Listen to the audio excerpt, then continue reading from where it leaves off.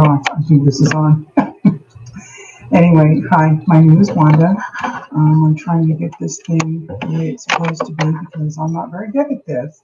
Anyway, this is my video dispense. The name of my paper is, let's go find it, shall we? Okay, sorry.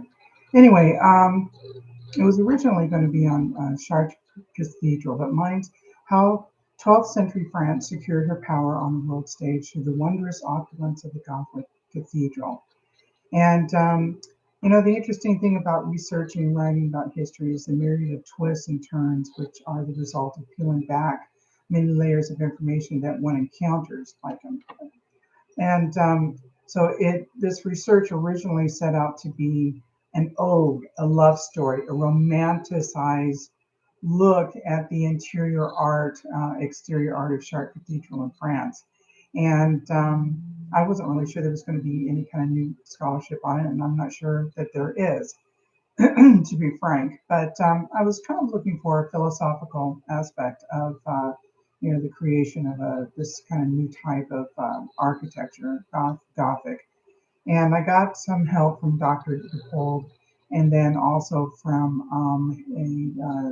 Dr. Kurt Kinsella in Scotland. And I started kind of looking at other ideas in regards to the philosophical, or at least what I thought was the intellectual philosophical lean that I thought I was looking for. And then I found, Erwin Panofsky, who's absolutely brilliant, and a suggestion from Dr. Kinsella in Scotland. And I thought that was really cool. And then he suggests that I read some criticism of Panofsky, and he was right to do so because Panofsky he's an art historian. So his approach is his approach is more romanticized, and it truly was on Abbot Sugard.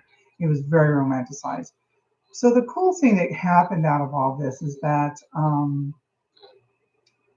what I came to realize, what emerged was, I thought to myself, could the rise of the Gothic been more politically motivated than anything else? And so what began to emerge was an understanding that the new Gothic cathedral was a testament to the world, or the reassertion of France's power, in much the same way that 500 years later, Versailles would be for Louis XIV. Everything about Versailles was designed to be a power statement. And I believe that's what the Gothic cathedral actually was. It put France on the map. And so that's actually my defense of this, and every aspect of it, all the interiors, all the gold, everything that went in there into the interior of the Gothic cathedral, the outside, and everything had to do with suggesting power. And so, that's exactly the approach that I was going to take. And I was very thankful for the help that I got as far as this goes. And anyway, but it was really a switch going from thinking that I'm going to do an ode to this marvelous cathedral, to realizing that while it is still marvelous, and because the Gothic art is nothing, it's just art. It's the kind of art that we just look at, and we think of that like we would any other pieces of art, from Rembrandt, Renoir, from Da Vinci, anything like that. It's art, and it's emotive, and it did create a lot of different emotions, good and bad. There's a lot of backlash against it.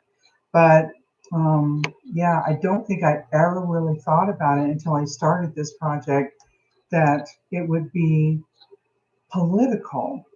And yet, because all design, usually interior design, usually the design of clothing, the choice of colors year to year, really all rest with whatever is happening in the world. And that has been the same thing down through the ages. So I don't see where, um, the Gothic cathedral would be any different.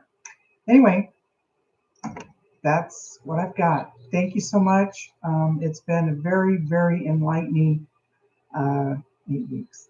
Thanks. Take care. Bye bye.